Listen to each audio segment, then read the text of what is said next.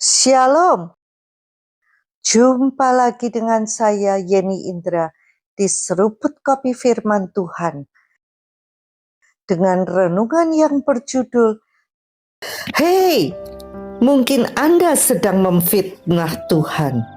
Dalam Kisah Para Rasul pasal 3, kita membaca kisah Petrus dan Yohanes yang pergi ke bait Allah untuk berdoa. Ketika mereka mendekati bait Allah, mereka bertemu dengan seorang lumpuh yang sedang meminta-minta. Petrus berkata, "Apa yang kupunyai, itu yang kuberikan kepadamu.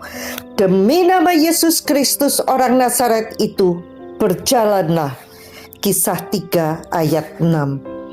Iman Petrus tergerak oleh kebutuhan orang itu.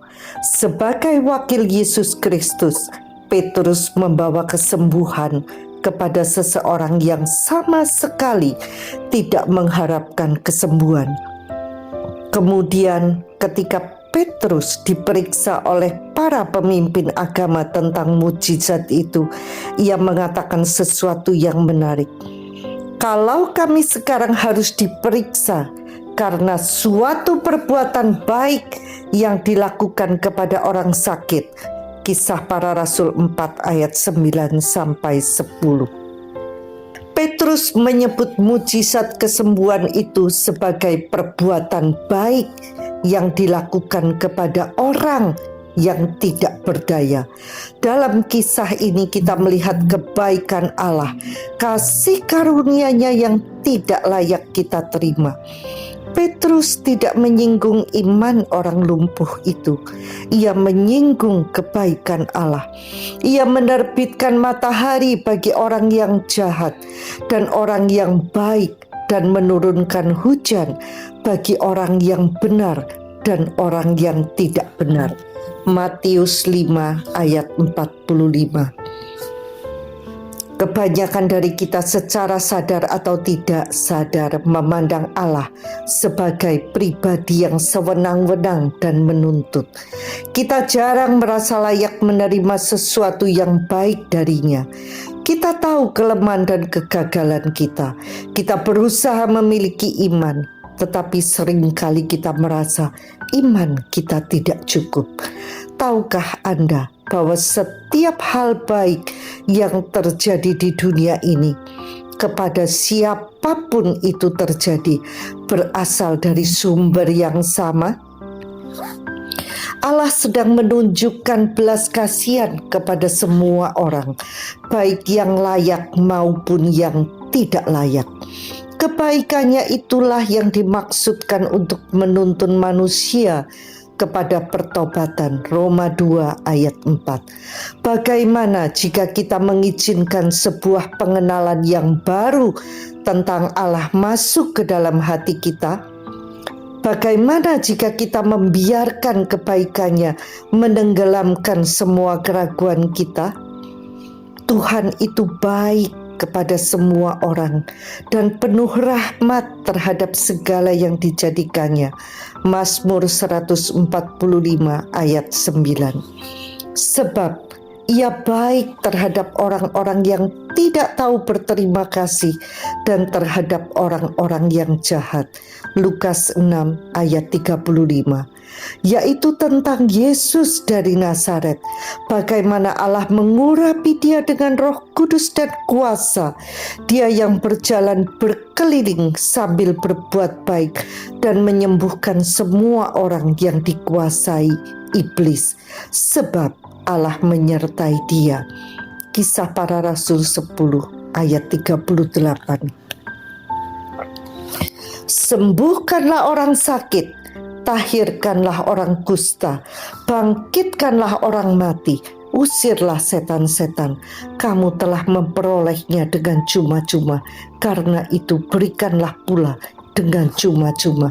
Matius 10 ayat 8. Jadi jika kita membiarkan pewahyuan tentang kebaikan Allah ini menenggelamkan rasa bersalah dan kelemahan kita, saya percaya kita akan melihat jauh lebih banyak kesembuhan, pemulihan dan hidup yang diubahkan.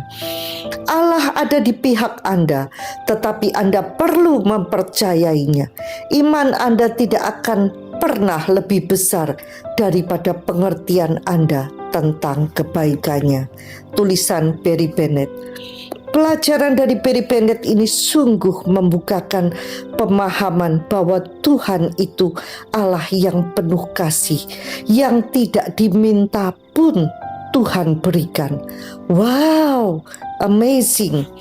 Sementara di sisi lain, ada satu kebiasaan manusia yang sangat rohani di permukaan, tetapi sebenarnya tidak jujur di akarnya.